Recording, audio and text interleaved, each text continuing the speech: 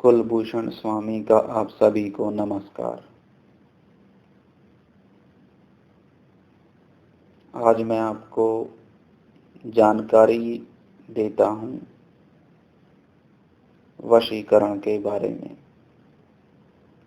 वशीकरण से संबंधित मंत्र, उनके काम करने के तरीके और दैविक शक्तियों का इसमें क्या योगदान है। वशीकरण, जैसा कि नाम से ही स्पष्ट है, किसी को अपने वश में करना वशीकरण कहलाता है। यह एक प्राकृतिक क्रिया है जो मंत्र शक्तियों से तंत्र के द्वारा विभिन्न दैविक शक्तियों का प्रयोग करके घटाई जाती है।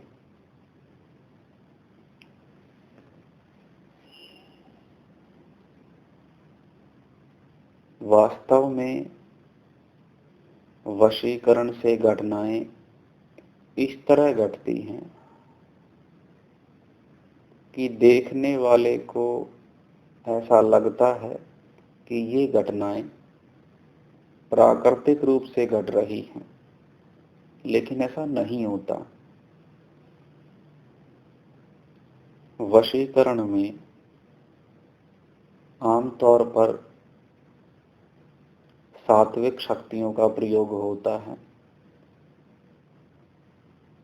ये देवी देवताओं की शक्तियां या अन्य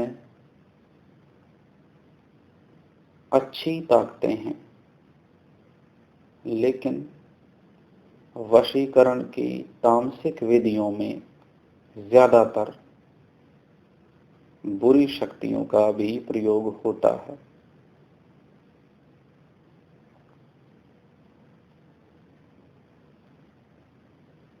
हमारे पास जितने भी मामले आते हैं उनमें 70 से 80% लोग यही चाहते हैं कि जिसके भी वशीकरण के लिए वो आए हैं उनका काम पूरा हो। लेकिन एक बात आप अच्छी तरह से जान लें, ऐसा मान लेना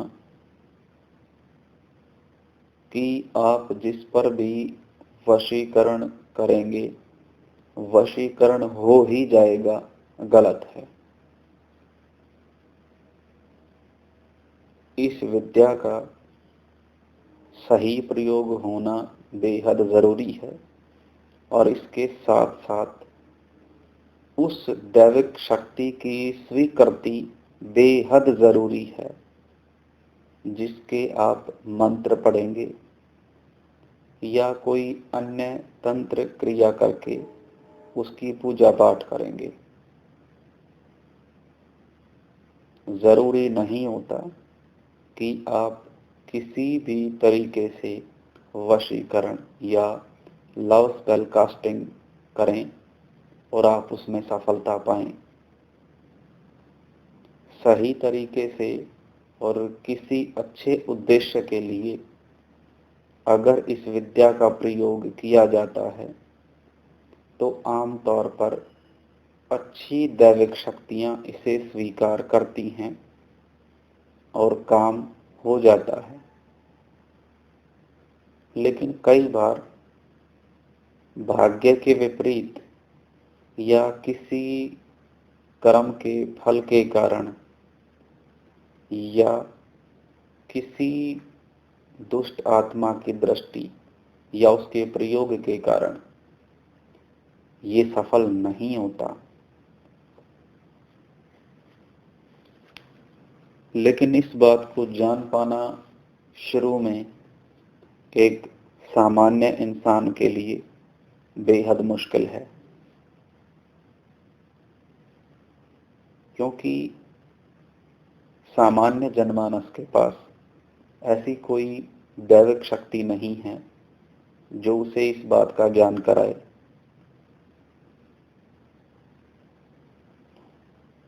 वशीकरण विद्या का प्रयोग करके किसी को भी अपने अधीन कर मनचाहा काम करवाया जा सकता है। वास्तव में ये प्रेम की अभिव्यक्ति है। आप इसे इस तरह समझिए, जैसे बच्चे माता पिता की आज्ञा का पालन करते हैं। ऐसा हमेशा नहीं है कि वो माता पिता से डरकर ऐसा करते हैं, बल्कि वो उनसे प्रेम करते हैं, इसलिए वो ऐसा करते हैं। अपनी संतान के मुंह में माता पिता भी बच्चों की जिद को अक्सर पूरा करते हैं। इसका कारण ये नहीं है कि वो उनके वश में हैं, वास्तव में वो उनसे प्रेम करते हैं। ठीक इसी तरह जब प्रेम की सही अभिव्यक्ति प्रेमी और प्रेमिका के बीच में होती है, तो इस प्रकार वशीकरण के प्रयोग सफल होते हैं। इनमें ये बात सबसे ज्यादा मायने रखती है कि आपका उद्देश्य बिल्कुल सही हो। किसी का बुरा करने के उद्देश्य से या किसी का बेजा लाभ उठाने के उद्देश्य से अगर इस प्रकार की विद्या का प्रयोग किया जाए तो ये आप पर पलट भी सकता है। और अगर इसमें तामसिक शक्तियों का या दुष्टात्माओं का प्रयोग किया गया हो तो जिसने ये प्रयोग किया है या करवाया है वो ताकत उन पर पलटवार कर सकती है। ये बेहद जरूरी है कि पहले आप इसकी कार्यशैली को समझें, इसकी स्वीकृति को समझें।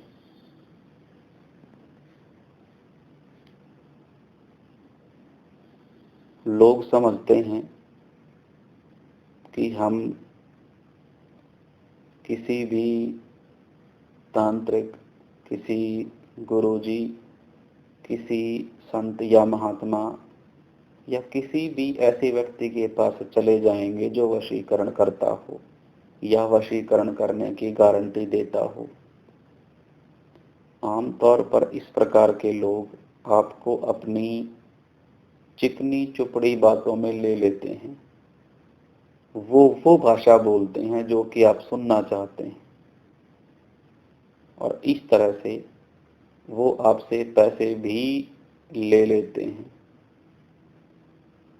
लेकिन सच्चाई बाद में सामने आती है, जब या तो वो आपसे कोई बातचीत ही नहीं करते या फिर उसके बाद आपके फोन उठाने बंद कर देते हैं। आपसे उनका किसी भी प्रकार का कम्युनिकेशन खत्म हो जाता है। इस कार्य क्षेत्र में इस प्रकार की बुराइयां ज्यादा हैं और सही तरीके से काम करने वाले बेहद कम हैं।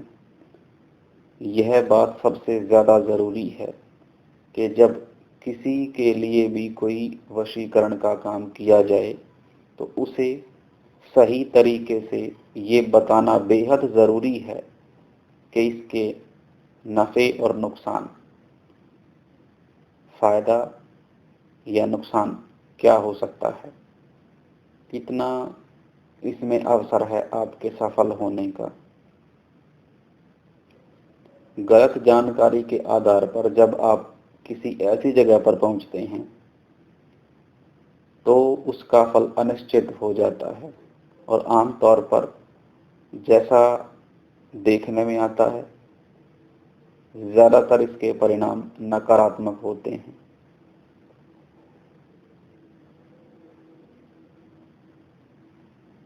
वशीकरण में दैविक शक्ति जिस पर वशीकरण किया गया होता है उसकी बुद्धि पर काबिज होकर उसके विचारों में परिवर्तन लाती है। वो काबिज ताकत उसकी बुद्धि और मन को नियंत्रित करके उस व्यक्ति की ओर मोड़ती है जिसने उस पर प्रयोग किया होता है। जिसकी बुद्धि पर वशीकरण का प्रयोग होता है वो व्यक्ति, स्त्री हो या पुरुष, आमतौर पर उसी व्यक्ति के बारे में सोचता रहेगा जिसके द्वारा उस पर लव स्पेल कास्टिंग की गई होगी।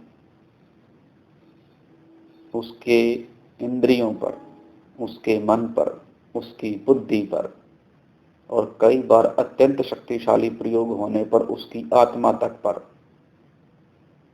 लौकिक रूप से लव स्पेल कास्टिंग करने वाले का अधिकार स्थापित हो जाता है। नकारात्मक स्थितियों में वशीभूत नर या नारी की बुद्धि दैविक शक्ति के द्वारा इस कदर तक भ्रष्ट की जा सकती है कि वो उनसे गलत काम तक करवाएं।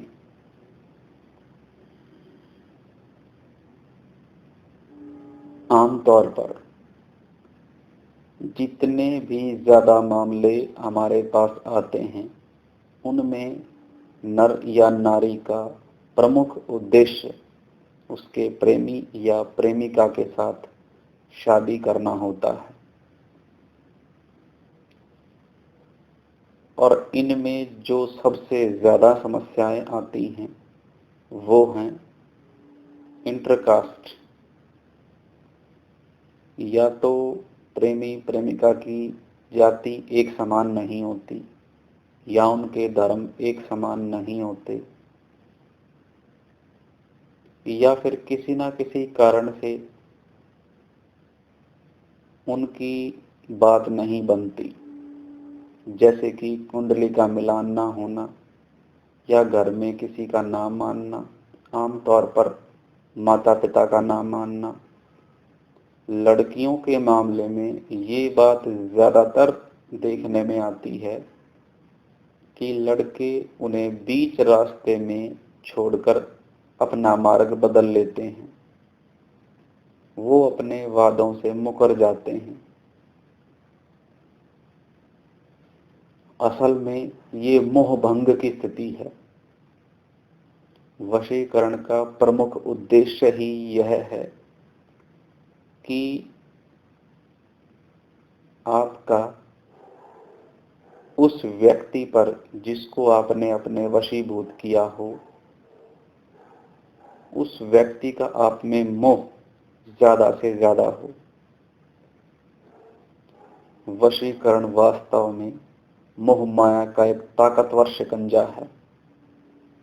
इसका सही प्रयोग आपको सही दिशा देता है और इसका गलत प्रयोग आपको बुरे मार्ग पर डाल सकता है और इसके गंभीर परिणाम भी भुगतने पड़ सकते हैं।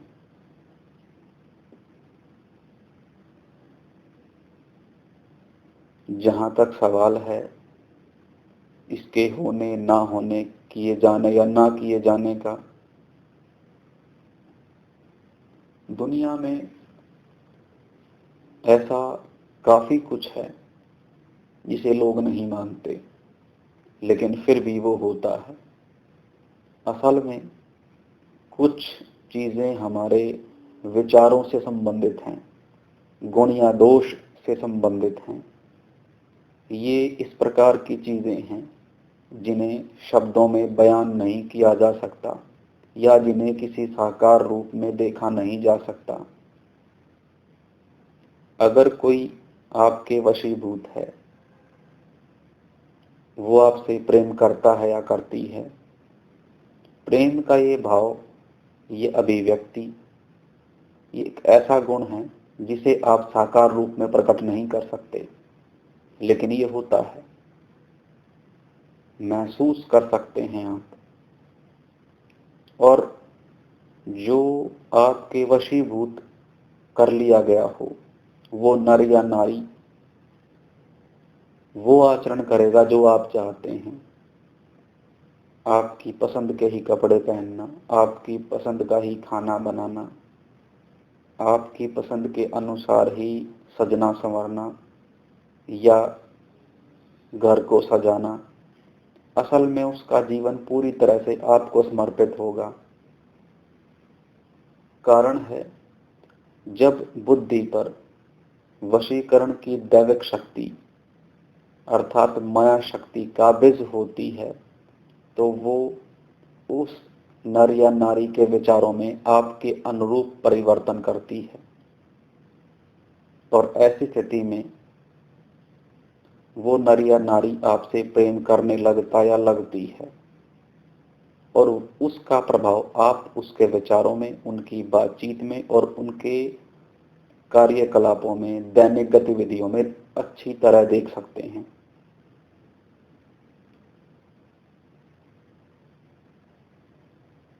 आमतौर पर कुछ लोग बुरे उद्देश्य के लिए इनका प्रयोग करते हैं,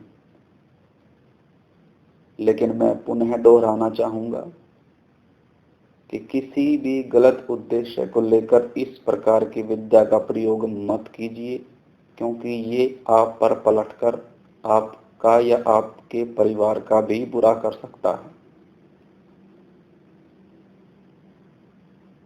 शक्ति एक हथियार की तरह है, और हथियार किसी का सगा नहीं होता।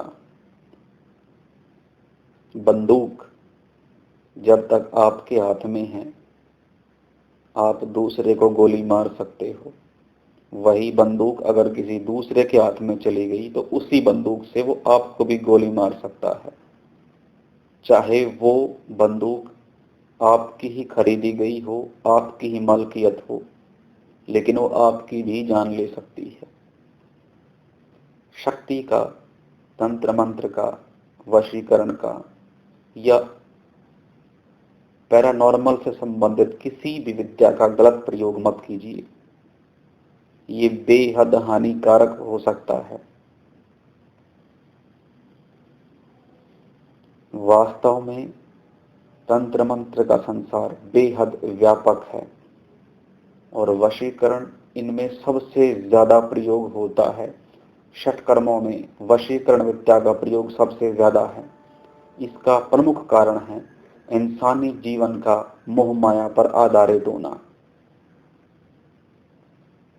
हम चाहे या अनचाहे किसी ना किसी से मोह कर बैठते हैं, और फिर हम ये चाहते हैं कि वो हमसे दूर ना जाए। और जब ऐसा होने लगता है, तब हम कोई ऐसा विकल्प तलाशते हैं जिससे वो व्यक्ति हमारे वशीभूत होकर हमारे पास रहे। जो आपके सपने को साकार करता है वो वशीकरण विद्या है। उन मंत्रों को वशीकरण मंत्र बोलते हैं। कामाख्या, कामाक्षी, कामदेव, इन देवी देवताओं का प्रयोग इन विद्याओं में ज्यादातर होता है। जब कोई ऐसी स्थिति होती है कि जिसे आप प्रेम करते हैं, वो किसी और से प्रेम करता है, और जिससे वो प्रेम करता है वो उसका फायदा उठा रही है या उठा रहा है, और आप चाहते हैं कि उसकी आंखें खुले और वो आपकी ओर आए, ऐसी स्थितियों में दो अलग अलग प्रयोग होते हैं। ऐसे व्यक्ति को आपके वशीभूत करने के लिए सबसे पहले उस पर षटकर्म का उच्चाटन प्रयोग करना होता है, ताकि उसका मन पहले उस तीसरे व्यक्ति से हटे। वो माया का पर्दा हटना जरूरी है जो उस तीसरे व्यक्ति के लिए है। वो जब वो प्रयोग सफल होता है तब उसके साथ साथ दूसरा प्रयोग वशीकरण का किया जाता है, जो उसके विचारों को आपकी ओर मोड़ता है। इस तरह से दो प्रयोग एक साथ होते हैं, एक उसको वहां से हटाता जाता है, दूसरा आपकी तरफ खींचता जाता है। ये सब माया के खेल हैं, इनमें माया शक्तियों का प्रयोग होता है। अलग अलग धर्मों में अलग अलग प्रकार की दैविक शक्तियां वशीकरण के लिए प्रयोग की जाती हैं। सबसे जरूरी बात बस इतनी है कि आप कभी भी गलत प्रयोग ना करें और ना ही किसी गलत विद्या, किसी गलत व्यक्ति या गलत ताकत का सहारा लें, क्योंकि ऐसा करने पर आप कुछ ऐसा खो सकते हैं जो फिर आप कभी भी नहीं पा सकेंगे। बेहतर है अच्छाई का प्रयोग करें, सच्चाई को समझें। मैं आशा करता हूं कि मेरे द्वारा दी गई ये जानकारी आपके लिए लाभप्रद सिद्ध होगी और आप बुराई से बचेंगे। याद रखिए, तंत्र मंत्र, वशीकरण विद्या या षटकर्मों का कोई भी प्रयोग मजाक नहीं है। बेहद सावधानी से इनके प्रयोग किए जाते हैं। इसलिए सही रास्ते पर चलिए, सही को समझिए, जीवन का आनंद उठाइए। ये जीवन बार बार नहीं मिलता। प्रेम करना गुनाह नहीं है, लेकिन गुनाह करके किसी का प्रेम हासिल करना सही नहीं होता।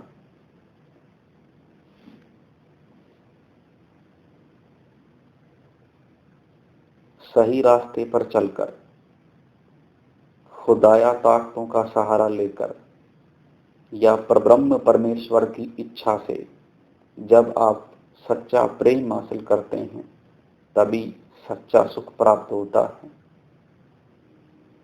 इसलिए सही मार्ग पर चलिए।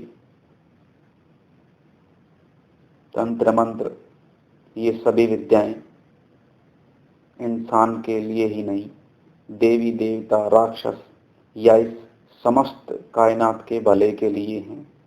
इनका गलत प्रयोग मत कीजिए। जय आचार्य आनंद मणि ऋषि।